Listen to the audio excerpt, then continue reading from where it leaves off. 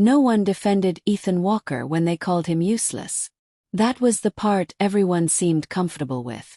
In a building filled with executives, managers, and analysts who moved quickly and spoke with confidence, Ethan existed somewhere in the background. Not quite invisible, but close enough that people rarely remembered he was there. He worked maintenance on the lower floors. Quiet jobs, small repairs. The kinds of tasks people only noticed when they weren't done. Lights that flickered. Doors that jammed. Broken locks no one wanted to deal with. Ethan fixed them all. He arrived early, left late, and spoke only when someone spoke to him first. Most of the time they didn't. To the people who worked in the building, Ethan seemed slow, maybe nervous. The kind of man who kept his head down because he didn't have much to say. They laughed about him sometimes. Not loudly. Just enough that he could hear it. And Ethan never argued. That afternoon, the hallway outside the equipment room filled with raised voices. A supervisor stood in front of Ethan, anger sharp in his tone, while a few employees watched with quiet curiosity. "You're completely useless," the man snapped. "I don't know why we even keep you here." Ethan didn't answer. He simply lowered his eyes and waited. The decision came quickly. "You're done here. Pack your things." Around them, people shifted uncomfortably but said nothing. It was easier that way. What none of them realized was that the entire scene was unfolding beneath a row of security cameras mounted high on the wall. And several floors above, in a private office far removed from the noise, someone was watching the footage with careful attention. Adrian Volkov had a habit of studying people. Not their resumes. Not their job titles. Their behavior. He watched how people moved when they thought no one important was looking. On the screen, Ethan Walker stood silently while the supervisor continued speaking. No protest. No anger. Just stillness. Volkov leaned back slightly in his chair. The room around him remained quiet except for the soft glow of surveillance monitors. Most people watching that scene would have seen a man being fired for incompetence. Volkov saw something else. Patience. Control. And a kind of restraint that was almost never accidental. Ethan turned and began walking toward the exit. Volkov reached for the intercom beside his desk. He watched Ethan's reflection disappear down the hallway on the monitor. Then he said a single word. "Wait." Across the building, everything stopped. Because when Adrian Volkov said that word, it was never a suggestion. And the man they had just called useless had suddenly become the most important person in the room. Mourning in the building began long before most of the people who worked there arrived. For Ethan Walker, it started while the city outside was still quiet and the glass towers along the street reflected nothing but gray dawn. The lobby lights were dim at that hour, the polished floors empty except for the slow hum of the ventilation system and the distant echo of elevators waking for the day. Ethan liked that time. Not because it was peaceful, though it was, but because early mornings belonged to people who worked without being watched. He moved through the building the same way he always did. Steady, careful, never rushing. A small tool bag rested against his side, its weight familiar after years of carrying it through the same halls. There was always something that needed fixing. A door hinge that had loosened overnight. A light panel flickering on the 22nd floor. A security keypad that responded too slowly when someone swiped their badge. Small things. The kind of problems that only became important once they stopped working. Ethan handled them quietly. Most of the employees who filled the building after 9 o'clock never thought about the people who maintained it. When their office lights turned on or the elevators arrived exactly when they expected, they assumed that was simply how buildings worked. They rarely asked who made it happen. Ethan preferred it that way. He had learned a long time ago that attention came with questions, and questions often led to conversations he didn't know how to navigate. Silence was simpler, predictable, so he kept his world small. Work orders, tools, hallways he could walk with his eyes closed. When employees passed him, they sometimes nodded politely. More often they walked by without noticing him at all, their conversations about meetings and deadlines continuing as if he were part of the wall. Ethan didn't mind. He was used to being overlooked. What people misunderstood was that quiet didn't mean unaware. While he worked, Ethan noticed things others missed. He knew which elevators hesitated slightly before opening on certain floors. He knew which office doors closed softer than the others and which locks were beginning to wear down. Even the building's rhythm, the way the heating adjusted as sunlight reached the east side first, made sense to him. Patterns were easier to understand than people. That morning he replaced a damaged light panel outside a conference room on the 12th floor. The hallway was still empty except for the faint reflection of his ladder against the glass wall. He finished the repair quickly and stepped down, testing the switch once before packing away his tools. The light flickered once. Then it steadied. Ethan watched it for a moment, satisfied, before lifting his bag again and moving down the hallway. By the time the building filled with voices and footsteps, the work would already be done. Most people would never notice. And Ethan Walker had spent years making sure they didn't have to. By the time the building was fully awake, Ethan Walker had already finished most of the work that kept it running. Voices began to fill the hallways. Elevators opened and closed with steady rhythm. The quiet hours faded beneath the energy of people who moved quickly, carrying coffee cups and conversations about meetings that hadn't started yet. Ethan moved through it all the same way he always did. Careful, unobtrusive, staying close to the edges of rooms and corridors where he was least likely to interrupt anyone. It wasn't long before the first comment reached him. "Hey, Walker." The voice came from behind a reception desk near the main office corridor. Two employees leaned against the counter, their morning conversation pausing as Ethan passed with his tool bag. One of them nodded toward the bag with a faint grin. "What's on the repair list today?" "Fixing another light bulb." The other chuckled softly. Ethan slowed for a moment, not quite stopping. He glanced toward them with a small, polite nod. "Maintenance check," he said quietly. The answer seemed to amuse them more than anything else. "Maintenance check," the first man repeated with exaggerated seriousness, as if Ethan had delivered a very official announcement. The laughter wasn't cruel exactly. Not loud. Not aggressive. Just comfortable. The kind that came from people who had already decided someone wasn't important enough to take seriously. Ethan didn't respond. He simply adjusted the strap of his tool bag and continued down the hallway. Behind him, the conversation resumed in softer voices. He had heard variations of it before. Sometimes it was jokes about how slowly he spoke.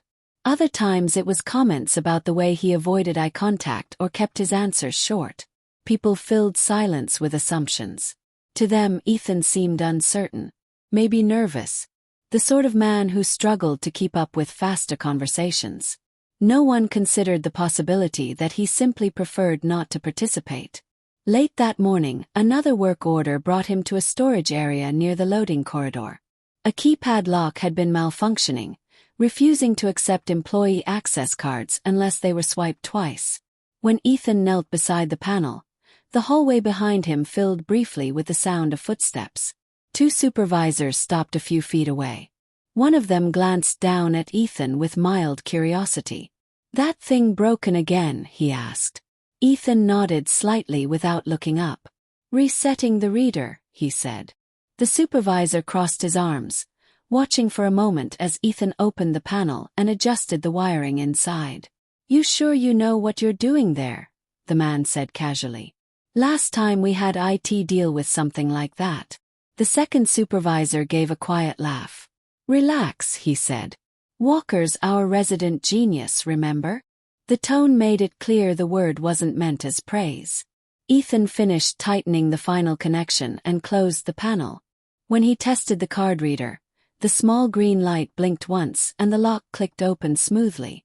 Neither supervisor commented on that. They had already started walking away. Ethan remained kneeling for a moment longer, his hand resting lightly against the metal panel as the hallway grew quiet again. Then he stood, lifted his tool bag, and moved on to the next task. Behind him, the door locked perfectly. Several floors above the busy offices and crowded hallways, the building became quieter. The executive level was designed that way. Thick glass walls softened sound, and the carpets absorbed the echo of footsteps until movement felt almost deliberate. Most employees rarely came here unless they had a scheduled meeting, and even then they moved carefully, aware that this floor belonged to people who did not like unnecessary noise. Behind a closed door near the end of the corridor, Adrian Volkov sat in a room that overlooked nearly the entire building. The office itself was simple.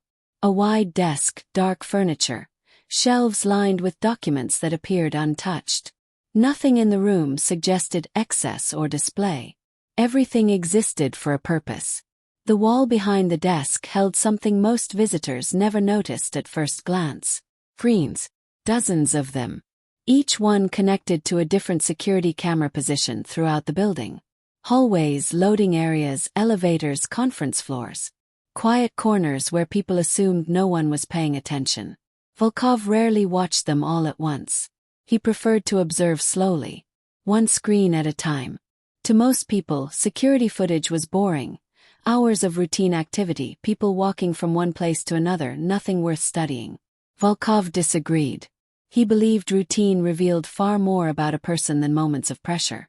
Anyone could act confident in a meeting. Anyone could perform well when they knew they were being evaluated. But people behaved differently when they believed no one important was watching. That was when patterns appeared. Volkov leaned slightly back in his chair, one hand resting loosely against the armrest as his eyes moved from one monitor to the next. Employees passed through the lobby. A group of analysts crossed a hallway, still talking about a presentation that had ended half an hour earlier. Small movements, predictable rhythms. He studied them the way others studied financial reports. Across the room, a security officer sat quietly at a secondary console, reviewing access logs. The man had learned quickly that conversation was unnecessary when Volkov was working. Silence was part of the process. On one of the monitors, a maintenance corridor came into view as someone stepped into the frame. Volkov's attention lingered there for a moment. The man moved slowly but with purpose, carrying a worn tool bag over one shoulder. His posture was steady, his expression neutral as he stopped beside a door keypad and examined it carefully before opening the panel. Ethan Walker. Volkov had noticed him before, though not for any dramatic reason. Maintenance workers passed through the cameras constantly. Most moved quickly, focused only on the task in front of them. This one moved differently. Not slower, more deliberate. Volkov watched as Ethan adjusted the wiring behind the keypad. His hand steady as he tested the system once, then twice. The door clicked open smoothly. The two supervisors standing nearby had already walked away before the repair was finished. Volkov's gaze shifted briefly to another screen, then back again. Ethan had already lifted his tool bag and disappeared down the hallway. The moment lasted only seconds. Still, Volkov remained looking at the empty corridor a little longer than necessary. Patterns, he believed, revealed themselves in small details. And small details were rarely accidental. The afternoon crowd moved through the building with the restless energy that came near the end of a long workday. Conversations overlapped in the corridors, elevator doors opened and closed more frequently, and the quiet order of the morning slowly gave way to impatience. Ethan Walker spent most of that hour in a storage corridor near the service elevators. A report had come through about a door that refused to lock properly.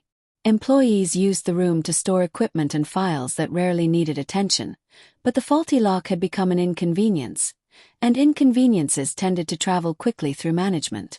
Ethan knelt beside the doorframe, his tool bag resting open on the floor beside him.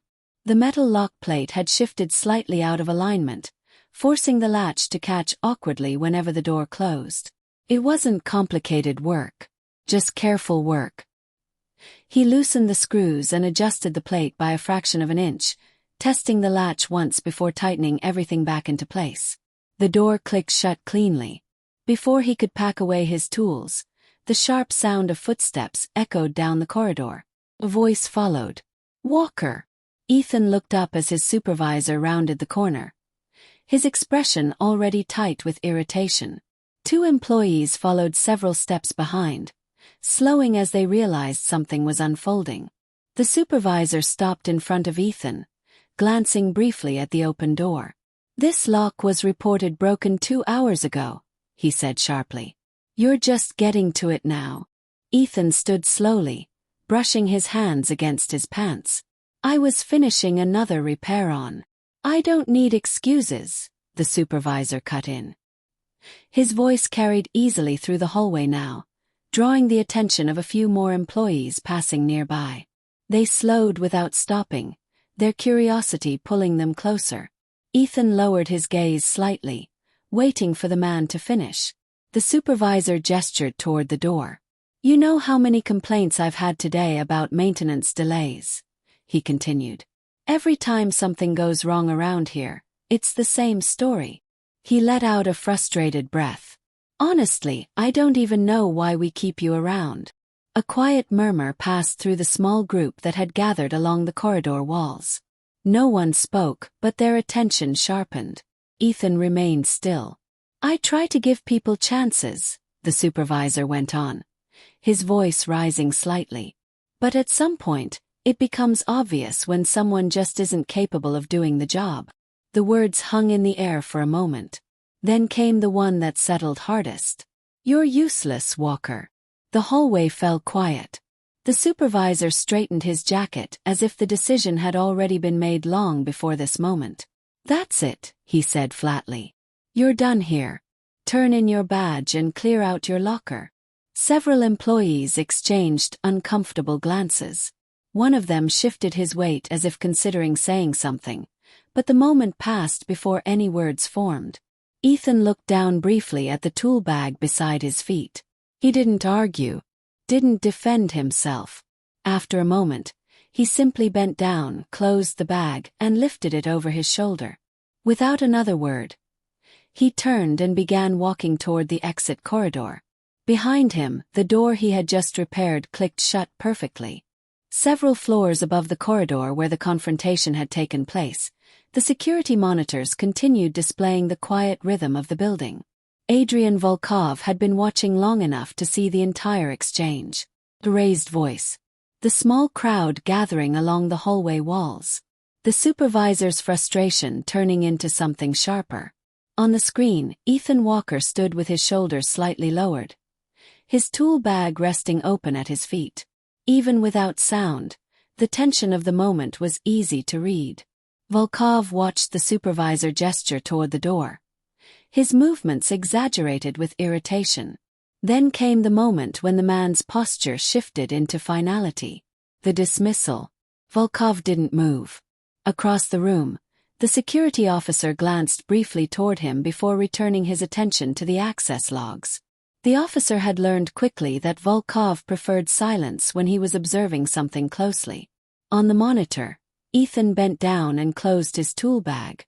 There was no argument, no sudden protest, no attempt to defend himself, just acceptance. He lifted the bag over his shoulder and turned toward the hallway exit. Volkov's gaze narrowed slightly. Most people reacted differently to humiliation. They spoke too quickly, raised their voices, tried to justify themselves in front of others. Ethan Walker did none of those things. The corridor camera followed him for several seconds as he moved toward the far end of the hall.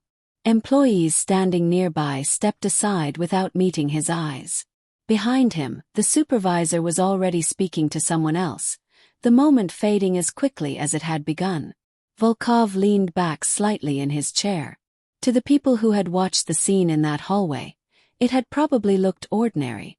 An employee being dismissed, a small mistake corrected, a minor problem resolved. But Volkov had spent most of his life studying behavior, and what he had just seen did not look ordinary. He replayed the footage. The screen shifted back 30 seconds. Once again, Ethan stood beside the door he had just repaired. The lock plate aligned perfectly, the latch closing smoothly when the supervisor tested it. The repair had been correct, precise. Volkov watched Ethan's expression as the accusations continued. Still calm, still controlled, even when the final insult landed. "You're useless." On the screen, Ethan simply lowered his eyes. Volkov studied that moment longer than the others. Restraint like that was rarely natural. It was usually learned. And people who learned that kind of restraint often carried more beneath the surface than others realized. Ethan Walker reached the end of the hallway and disappeared from the camera's view. The monitor shifted automatically to another corridor. Volkov remained still for a moment longer. Then he reached toward the small intercom panel built into the edge of his desk. The security officer looked up immediately, waiting. Volkov pressed the button without looking away from the screen. His voice was quiet when he spoke. Just one word. Wait. Down in the building below, the order moved quickly through the security channel. And somewhere between the exit corridor and the front doors, Ethan Walker was about to learn that the decision made in that hallway was no longer final. The security officer didn't ask questions. He had worked on the executive floor long enough to understand that when Adrian Volkov gave an instruction, the reason behind it would become clear later. Across the desk, Volkov released the intercom button and sat back again, his eyes returning to the wall of monitors.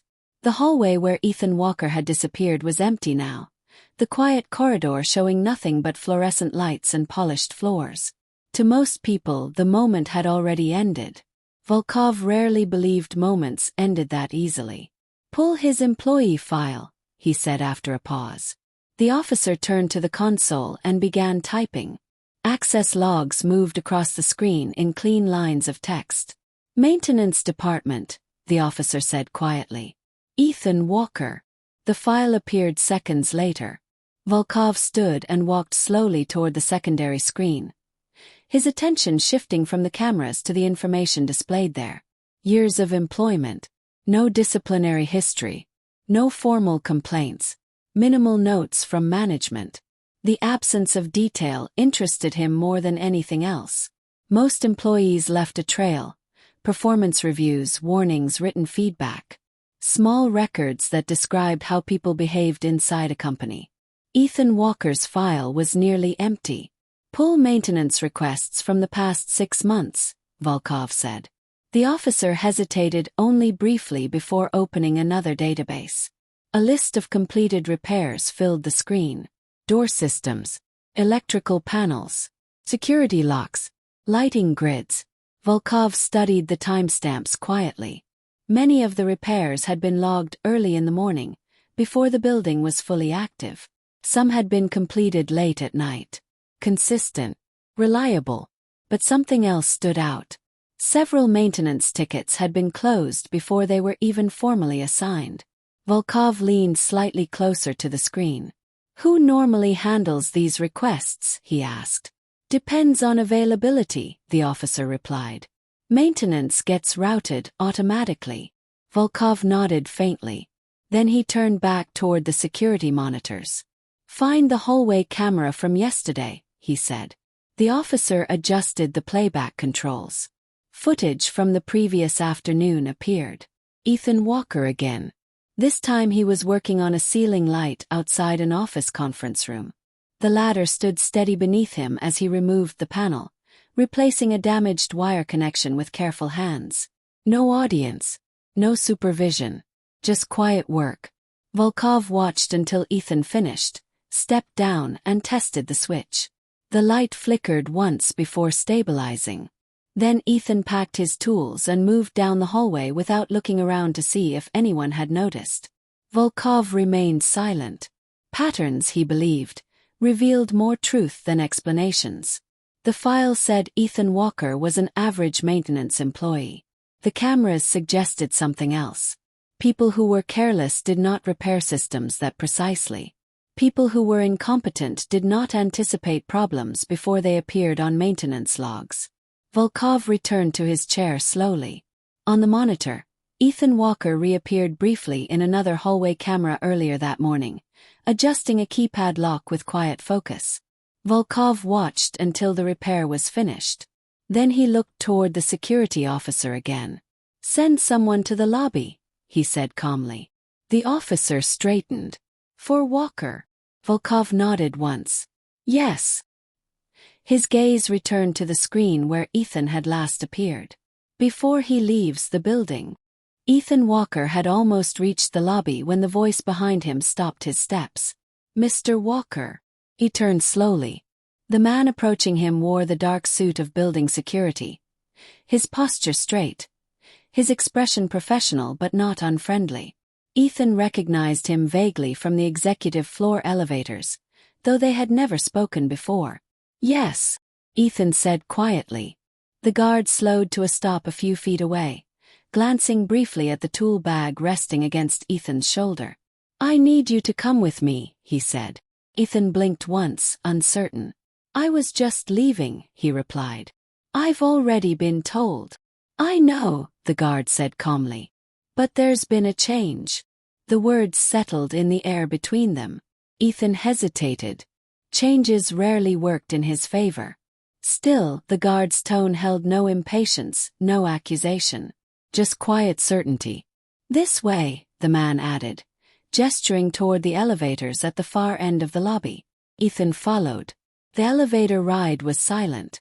The numbers climbed slowly along the digital panel as the car moved upward past floors Ethan had rarely visited. Most of his work kept him in service corridors and equipment rooms far below this level. When the doors opened, the atmosphere felt different immediately. The hallway beyond was wider, the lighting softer, the quiet almost deliberate.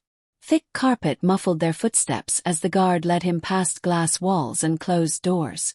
Ethan felt suddenly aware of the grease stains on his sleeves, the worn edges of his tool bag. They stopped outside a dark wooden door at the end of the corridor. The guard knocked once, then stepped aside. "Go in," he said. Ethan pushed the door open slowly.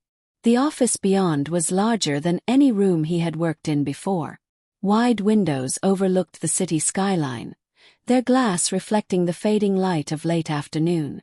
Behind a broad desk sat a man Ethan recognized immediately, though he had only seen him from a distance before. Adrian Volkov. Even seated, the man carried a quiet authority that seemed to settle into the room itself. His posture was relaxed, one hand resting lightly on the desk while the other held a tablet screen that dimmed as Ethan entered. Volkov looked up. His eyes moved over Ethan once, not quickly, not dismissively, the way someone might examine a detail others had overlooked. Ethan remained near the doorway, unsure how far into the room he was meant to go. "You're Ethan Walker," Volkov said. It wasn't a question. "Yes," Ethan replied. Volkov gestured toward the chair opposite his desk. "Sit." Ethan hesitated for a moment before stepping forward. The chair felt unfamiliar beneath him, softer than the metal stools he usually worked with. The room fell quiet again. Volkov studied him with the same calm attention Ethan had noticed in the building cameras, an expression that revealed very little but missed almost nothing. After a moment Volkov spoke. "You were fired this afternoon." Ethan nodded faintly. "Yes." Volkov leaned back slightly in his chair. "And yet," he said calmly, "the door you repaired in that hallway works perfectly." Ethan didn't answer. Volkov watched him for another few seconds. Then he asked a question that sounded simple but carried unexpected weight. "Why didn't you defend yourself?" Ethan did not answer right away. The question lingered in the room, quiet but heavy. He sat across from Adrian Volkov with his hands resting loosely against his knees, the worn strap of his tool bag brushing the side of the chair. The office around them remained still, the city outside the windows beginning to darken as evening settled over the skyline. Finally Ethan spoke. "It wouldn't have changed anything," he said. His voice was calm, almost matter-of-fact. Volkov watched him for a moment longer, studying the expression on his face the same way he studied everything else, carefully without interruption. Perhaps Ethan was right. In most organizations, confrontation rarely changed outcomes once decisions had already been announced. Volkov turned his attention briefly to the tablet resting on his desk. A few messages had appeared during the conversation. He opened the first. "Security confirmation. Maintenance department records verified. Supervisor file located." Volkov read the information silently, then tapped the screen once and sent a short reply. Across the building, the first change happened quietly. The supervisor who had fired Ethan Walker was sitting in his office reviewing reports when his computer screen suddenly logged him out of the management system. At first he assumed it was a technical error. He tried again. Access denied. A second later his office phone rang. Human Resources asked him to come upstairs immediately. The call ended before he could ask questions. Down the hallway, another manager found that several approval privileges had disappeared from his system dashboard. Requests that had once passed through his desk now rerouted somewhere else. No explanation. Just absence. In the executive office, Volkov set the tablet down again. These things, he said calmly, tend to reveal themselves over time. Ethan looked up slightly. I don't understand. Volkov leaned back in his chair. The people who fired you believed they understood the situation, he said. They believed their judgment was sufficient. His gaze moved briefly toward the city lights outside the window. But judgments made too quickly often reveal more about the person making them than the person being judged. Ethan remained quiet, unsure how to respond. Volkov pressed another button on the tablet. Final message left the screen. In the maintenance department office downstairs, a notice appeared on several monitors simultaneously. Temporary departmental review. All management authority suspended pending evaluation. Employees stared at the message in confusion. The supervisor who had dismissed Ethan earlier was still standing outside the Human Resources office when he received a call instructing him not to access his workstation until further notice. No accusation. No explanation. Just procedure. Back in the executive office, Volkov returned his attention to Ethan. People rarely notice quiet work, he said. Ethan nodded slightly. That's usually the point. Volkov's expression shifted almost imperceptibly.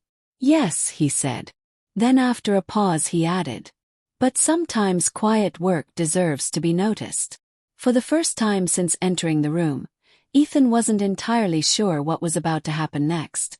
Ethan sat quietly across the desk, still uncertain what the moment meant. The room had grown darker as evening settled outside the tall windows. City lights were beginning to replace the fading sunlight, scattering reflections across the glass walls of the office. Adrian Volkov remained seated, his attention resting on Ethan with the same calm focus he had shown since the meeting began. For a while neither of them spoke. Finally Volkov reached toward a small stack of documents resting beside his tablet. He opened the top file and slid it across the desk. Ethan looked down. The page showed maintenance records, timestamps, repair logs, and security reports. Most of them carried his name. Volkov spoke quietly. You repair problems before they appear on the official system. Ethan blinked once. I just notice things early, he said. Volkov nodded faintly. Yes. He tapped one line on the page. A door reader corrected before the complaint was submitted. Electrical faults fixed before the floor manager noticed the outage. Lighting panels replaced before the failure spread across the grid. Ethan shifted slightly in his chair. I was already there, he said simply. It didn't take long. Volkov watched him for another moment. That answer interested him more than any explanation would have. Most employees looked for credit when their work was noticed. They emphasized effort.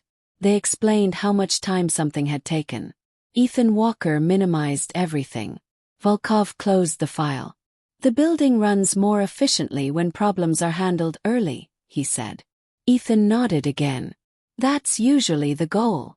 Volkov leaned back slightly, studying him in silence.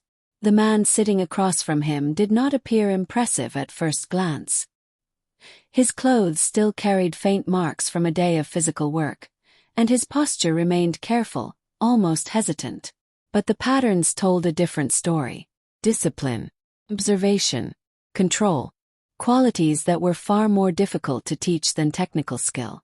Volkov stood and walked slowly toward the window, his hands resting loosely behind his back as he looked down at the city below. You've spent years making sure people don't notice what you do, he said. Ethan hesitated before answering. That makes the work easier. Volkov turned slightly. For them, he said. Ethan didn't reply. Volkov returned to the desk and rested his hands lightly against the surface. The maintenance department will be reorganized, he said calmly. Temporary management has already been suspended. Ethan looked up surprised. I didn't ask for that. I know, Volkov replied. That was part of the reason the decision had been made. He slid another document across the desk. This one was different. Beginning tomorrow, Volkov said, you will no longer report through the standard maintenance chain. Ethan glanced down at the paper, reading the title once before looking up again.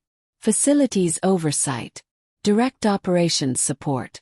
His name printed beneath the position. I don't think I'm qualified for something like this, Ethan said carefully. Volkov studied him for a moment. Most people who say that, he replied, usually are. The room fell quiet again. Outside the window, traffic lights moved slowly through the city streets below. Ethan looked down at the document one more time, still unsure how the afternoon had brought him here.